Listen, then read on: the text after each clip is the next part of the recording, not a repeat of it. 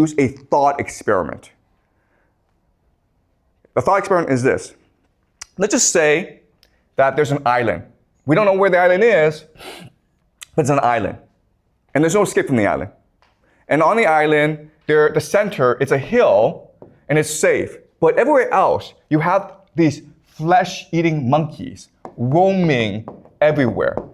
Okay? The problem is that on this island, the resources you need to survive, trees, food, and rivers, the monkeys are there. Okay? There's one safe spot in the center, but everywhere else, if you want resources, you have to go fight these monkeys. They're flesh-eating monkeys. They want to kill you, they want to eat you. And there's an infinite number of them.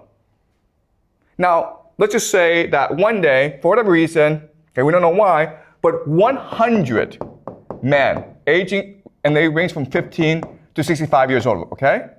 They are mysteriously transplanted onto this island in a safe spot. They come from different countries. They do not speak the same language. They are of different ethnicities. They are all poor people in their countries. They don't have much education. So they're there, and they realize quickly that the situation is utterly hopeless. There's no escape from this island. These monkeys are everywhere, and they are tough warriors. And the situation looks bleak. They don't even speak the same language. They don't have a common culture. So at this point, you would imagine that they would feel hopeless and just lie down and die. But in reality, what happens is the opposite. What happens is that in this hopeless situation, they find a drive, a purpose, a spirit to fight for each other. And what will happen really quickly, okay, and this is really interesting, is the first thing that they will do is they will develop a common language. They don't speak the same language. Some speak Chinese, some speak English, some speak Spanish, some speak Russian, doesn't matter. They will very quickly develop a common language. And then what they will do is, with this common language, they will start to tell each other stories of where they come from. And then these stories will become a common myth, a founding myth of why they're here. And they come to believe that God has chosen them to save the world, and that's why they're here. Then what they will do is, with this new religion, they will start to develop rituals to reinforce this religion. These rituals include sex. Okay? So these men will have sex. And the reason why is to create intimacy and bonding among them. And there'll be a lot of religious rituals as well. Another thing that they will do is pick a leader. There's 100 of them. They need a leader to organize them.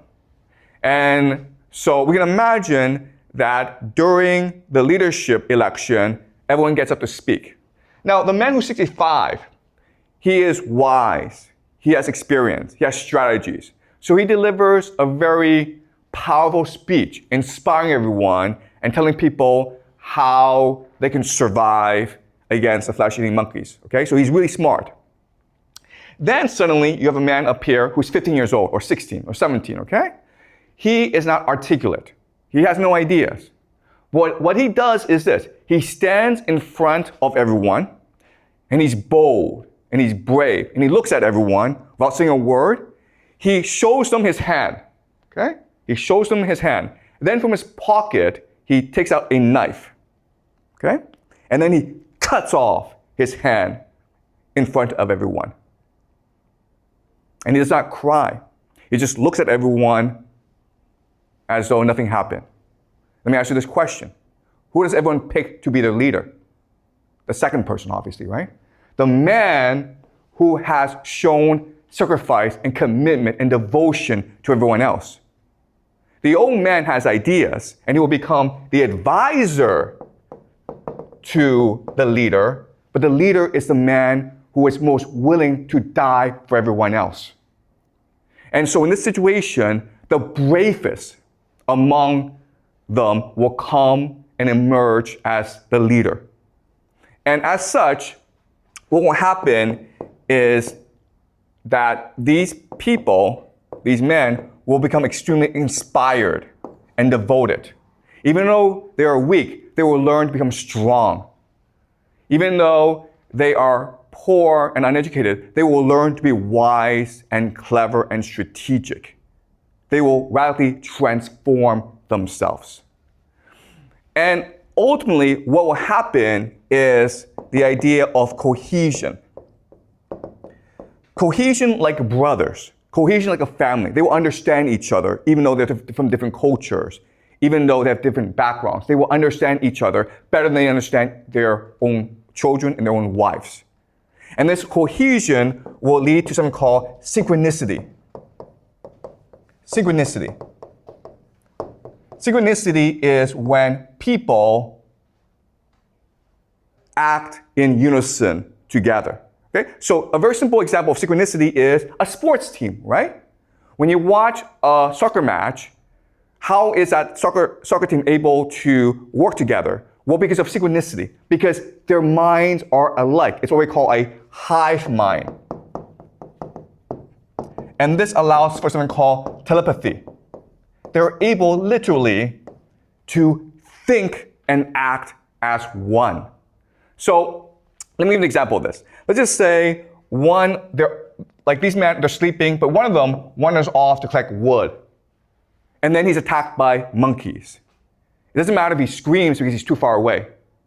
Would his comrades know that he's in danger? They would.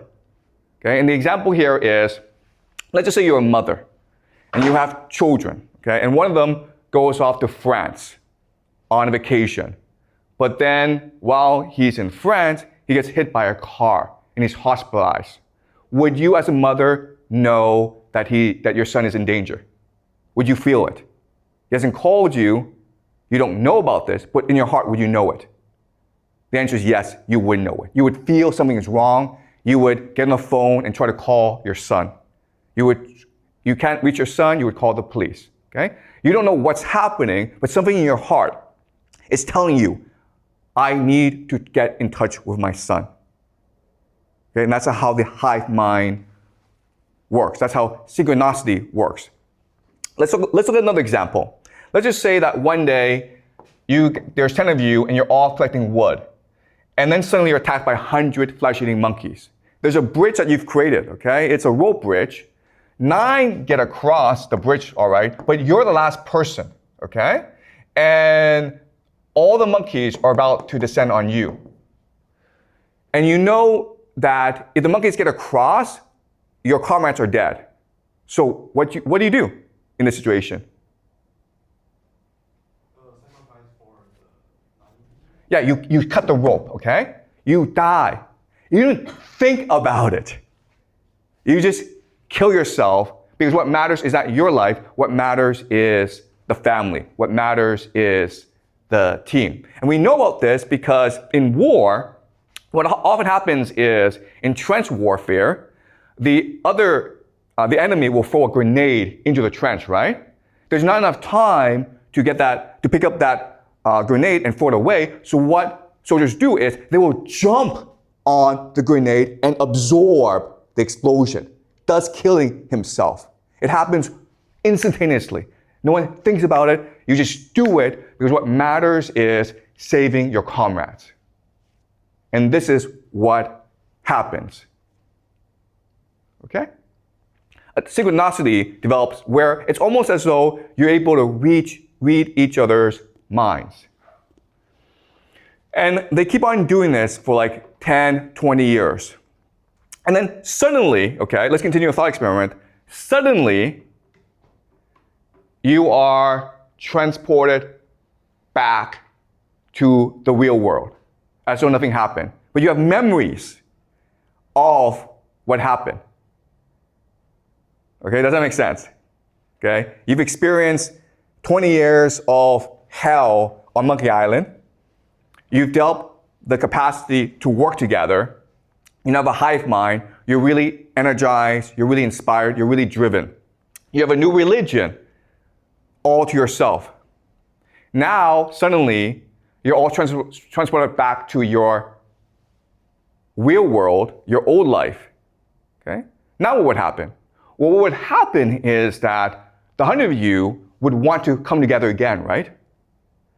And you would share your experience, your rituals, your religion with your children and your grandchildren. And quickly, over time, what will happen is that you guys will conquer the world. You will become the secret elite. The world is yours.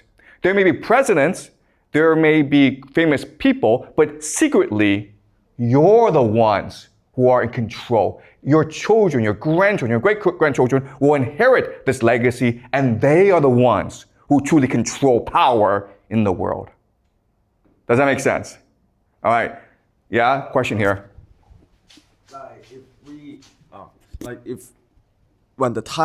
If this person really transferred back to the reality, what if that time already have a leader that like you are just a peasant, but not a leader? Okay, yeah, that's a good question. I've already told you this, okay? On the surface, there are leaders, but the real power are you guys, okay? And I'll explain why, all right? Now, what's also interesting is that while you're on this island, you will develop certain rituals that are very strange, but are important if you want to maintain unity, okay? So for example, one strange ritual is the funeral ritual. The funeral ritual. The idea here is that when someone sacrifices himself, you have a huge funeral to celebrate that person. And this may involve you cutting that person into different pieces and eating that person. Okay? But you will develop really strange rituals. Okay, does that make sense? Okay, so I'm going to answer your question. Why are these guys in charge and not the real leaders of society? But first, I want to give you some historical analogies to this. Okay? How do you know that what I'm saying is correct? Well, let's look at certain analogies in history. All right. So,